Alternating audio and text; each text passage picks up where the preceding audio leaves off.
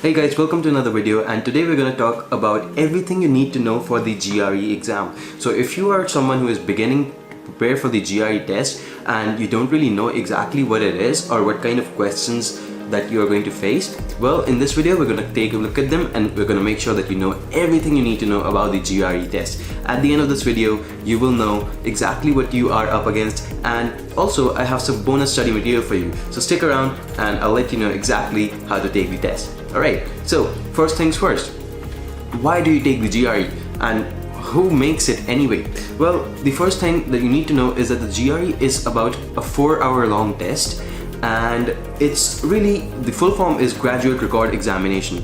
So essentially, whenever you go for a graduate program, that's a master's or a PhD program, you need to take the GRE test. Okay, now it's not true for all countries, but mostly in the US, it's a very accepted examination and almost all schools will accept it. Okay, great. So the Graduate Record Examination is conducted by ETS, that's Educational Testing Services. That's another organization. You don't really need to care about them, but what you need to care about is how the test is made and exactly what kind of questions you're going to face on the test. Because once you know that, that means that you won't be wasting time on the test. And let me tell you, time is your most important resource during the test. So if you know exactly what you are dealing with, you won't really need to understand the instructions at the end of the day when you take the test on the test day. So that's something that you won't need to worry about. Okay, so before you actually begin your preparation, let me actually get into the details right now. So the GRE is a multiple choice, computer-based, standardized test. Okay, it's a multiple choice test first off, and then it's computer-based. You'll be taking it on a computer. There's a paper-based version, but no one really uses it anymore. So chances are you're gonna be doing the computer-based test. Okay, and finally, it's a standardized exam. Okay. It's also something that you also must know is that it's computer adaptive. So if you're doing well on these sections, it's going to give you harder and harder questions. If you're doing not so well, it's going to notch down the level of questions that you're gonna see. Okay, so like I said, it's accepted globally, but mostly it's used to get into the US universities, right? Now, why do you need a high score on the GRE? And do you actually need a high score? So let me actually tell you, the GRE is just used as a threshold. Okay, the score range is from 260 to 340. Okay, so there's 3 sections. I'm going to talk about them in a bit, but essentially the main part that you need to know is that it goes from 260 to 340. Okay, it's a scaled score. Now, why do you need to score somewhere above 300 or 310?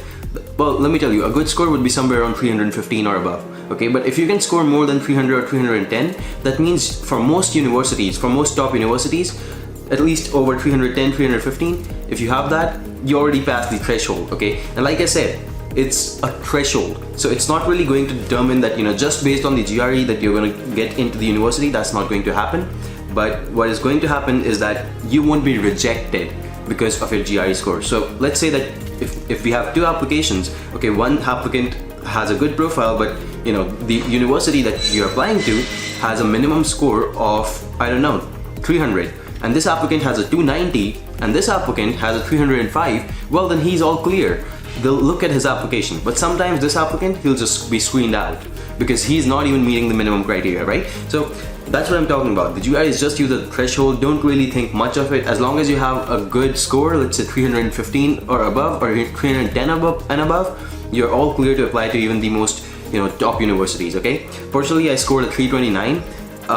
I think that if you I kind of gave a lot of importance to a GRE, but as long as you're listening, don't really pay so much attention.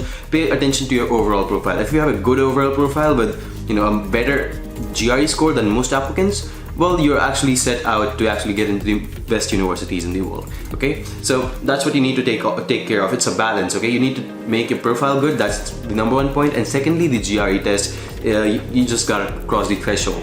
Okay, now when can you take the test?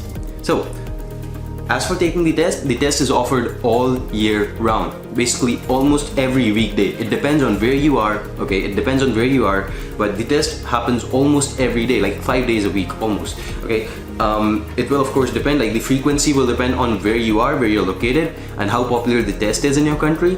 but you know, it just depends on how many people would like to take the test. Okay, so I'm gonna tell you how you can see the list of available dates and how you can book the test. Okay, so you go on to Google and you type in, all right, book the GRE test, or you know what, let's type in check available dates GRE test. Okay, and we're gonna type in that.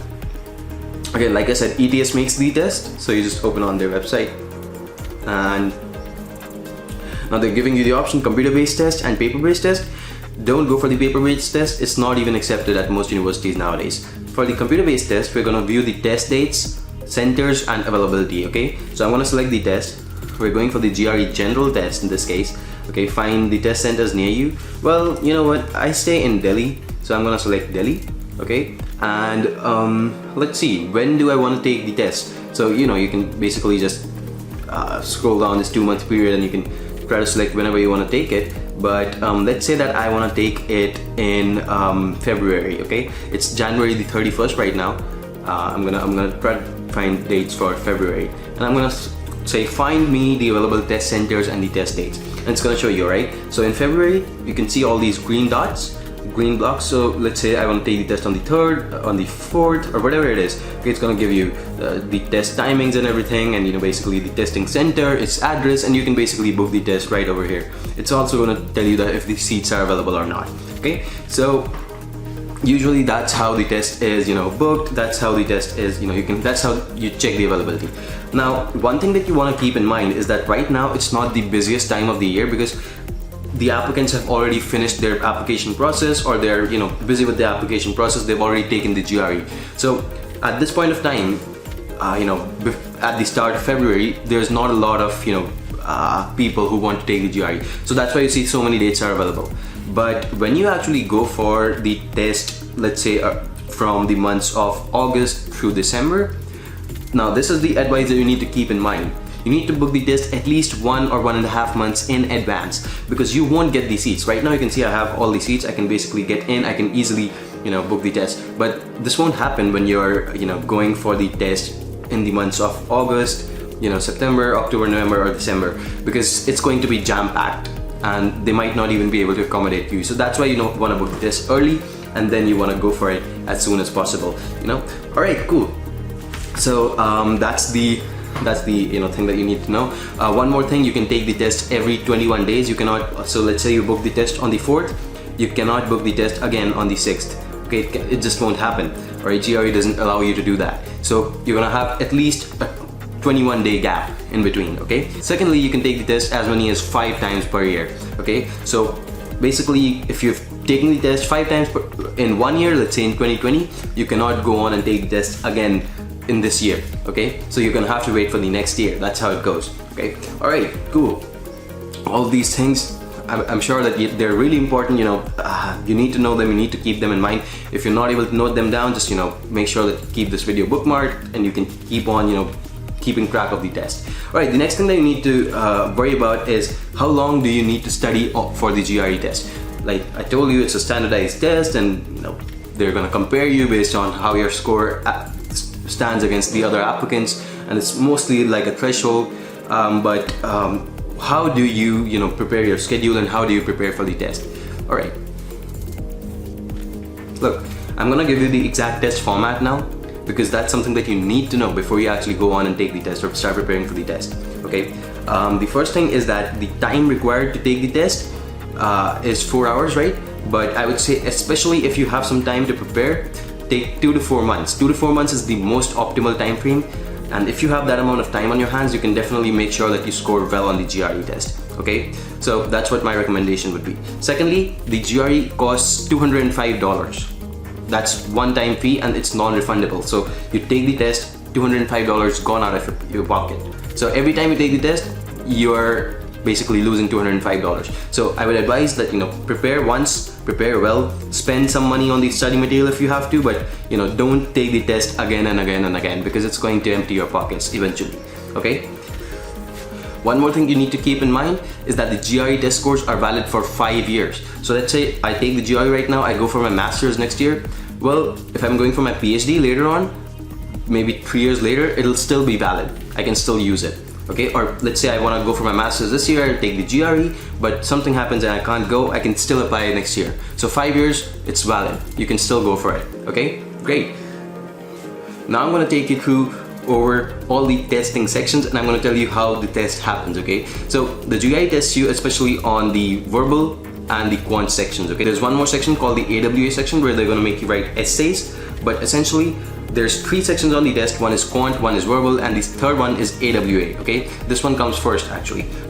Now I'm going to give you the scales for each of these. Okay, so the AWA section is scored from 0 to 6 in increments of 0.5. So essentially you can get 0.5, 1, 1.5, 2, 2.5, 3, and the good scores I think would be over and above 3.5. So if you have anything above 3.5, that's a pretty good score. Okay, now as for the verbal section, you will have, again, by the way, for the AWA sections, there's 2 passages that you have to write. You have to write 2 essays. One is argument and the other one is an issue task. Both of them give you 30 minutes to complete the essay.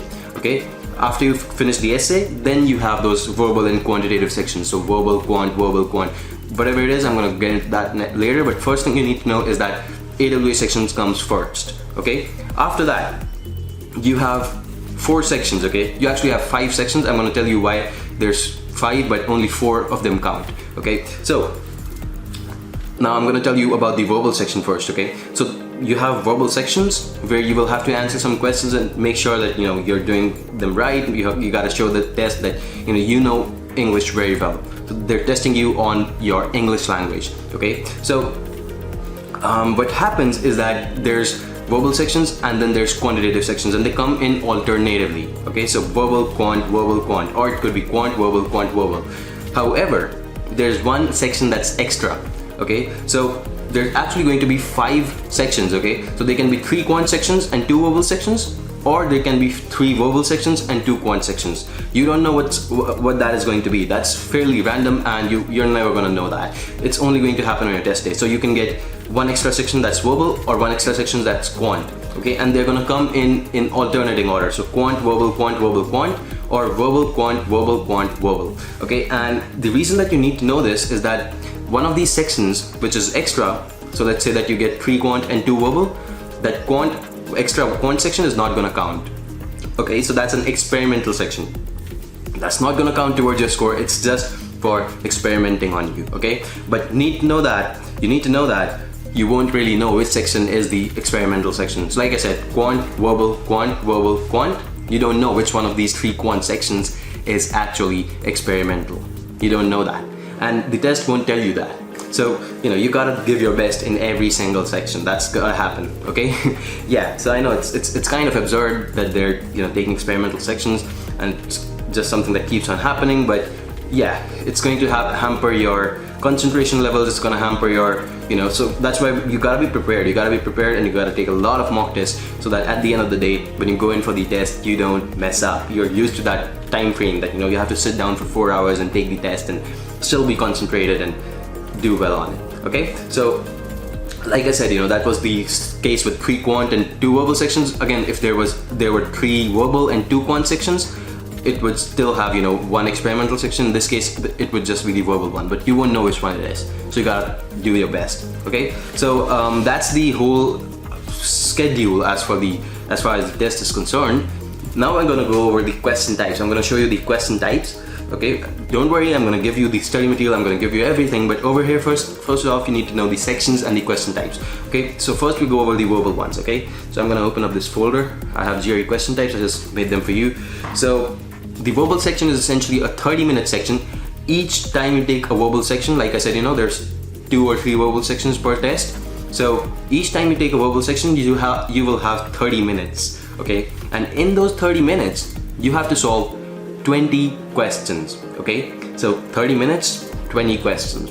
Good? Alright, now over the question types. There's 4 major question types. The first is the text completion, the second is the sentence equivalence, the third is the reading comprehension, the fourth is the logical reasoning. I'm going to show you all of these, a sample of all of these, so that you can kind of understand what I'm talking about. Okay, so the first thing I said was text completions, right? So over here, we're not going to solve them. I've made plenty of videos where I'm helping you solve them. I'm helping you give the strategies of exactly how to solve them. You can get them on my YouTube, but as of now, just check out the question types, okay? Don't worry about how to solve this question.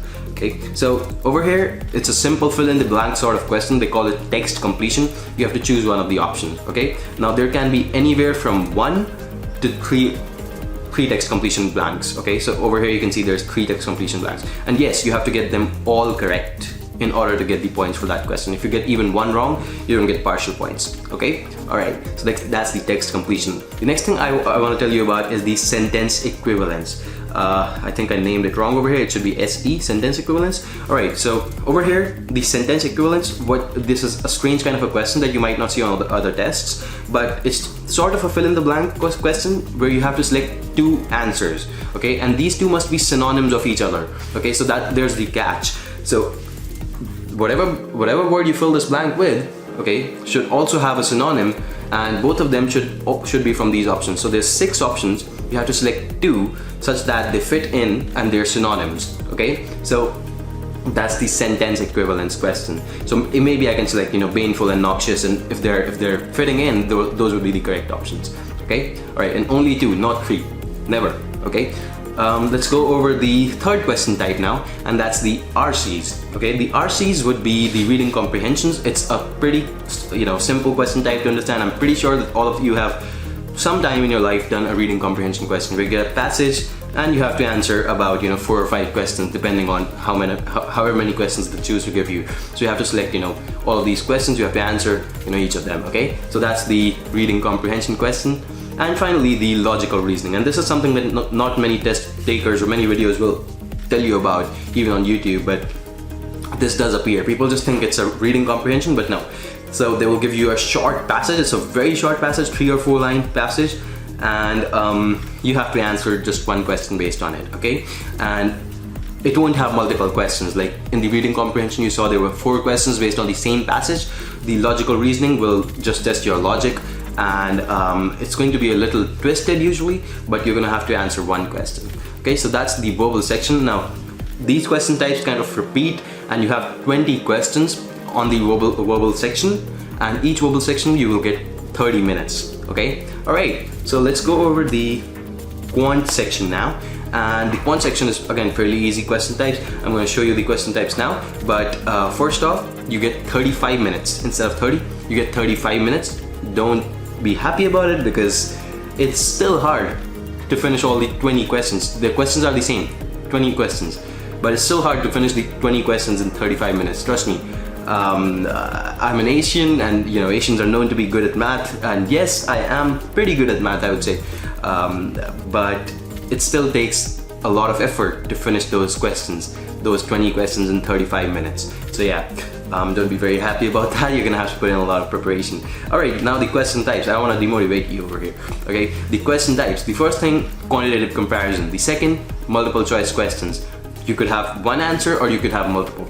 And then there's numerical entry questions. So there's 3 question types. Okay, quantitative comparison, multiple choice questions with 1 entry or multiple entries, and finally there's numeric entry. Okay, so I'm gonna go over the question types quickly over here. So like I said, there's quantitative comparison. Over here, you have these 4 options. These 4 options will always be the same, by the way. The question will change, but the 4 options will always be the same. So that's why I'm saying, you know, you don't want to familiarize yourself with these things on the test day, but you want to know them before you actually go in for the test, right? So again, the question will change. You will have quantity A and quantity B.